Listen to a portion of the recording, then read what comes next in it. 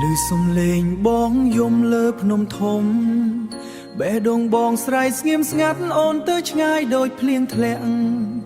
ទុកបងឲ្យឈឺចាប់ឯងអូនធ្លាប់និយាយថាស្រឡាញ់មិនបដូរថ្ងៃនេះអូនទៅបាត់ដោយខ្យល់លួយខូចទុកបងឲ្យយំស្ងាត់ក្នុងចិត្តដូចភ្លៀងរោពាក្យសន្យាអូនដូចភ្លើងឆេងចិត្ត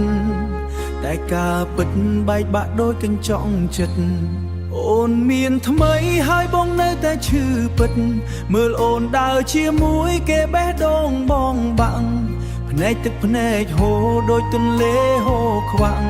ស្នេហ៍ដែលបងថែដូចផ្កាដាំក្នុងចិត្តស្នេហ៍ដែលបងថែដូចផ្កាដាំក្នុងចិត្តត្រូវគេមកបំផ្លាញគ្មានសេងសល់ទៀតហេតុអ្វីអូនបោះបង់គ្មានមេត្តាទុកបងនៅក្រៅជាមនុស្សគ្មានតម្លៃណាស្រមៃអូននៅចិត្តតែបាត់ទៅឆ្ងាយណាបេះដូងបងស្លាប់រស់ក្នុងភាពឯកាអូនមានថ្មីចោលបងឲ្យឈឺក្នុងចិត្តស្នេហ៍បងស្មងតែអូនមិនគិត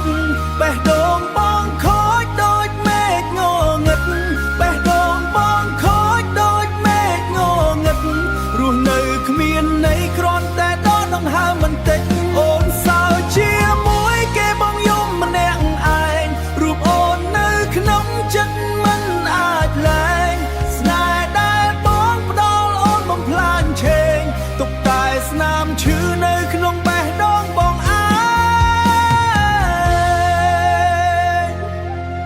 អូនមានថ្មីហើយបងត្រឹមមនុស្សចាស់ស្នេហ៍ដែលធ្លាប់មានคล้ายជាអតីតបាត់ទឹកភ្នែកបងហូរដូចភ្លៀង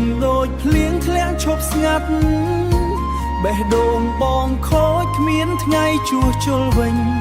បានទៀតទេ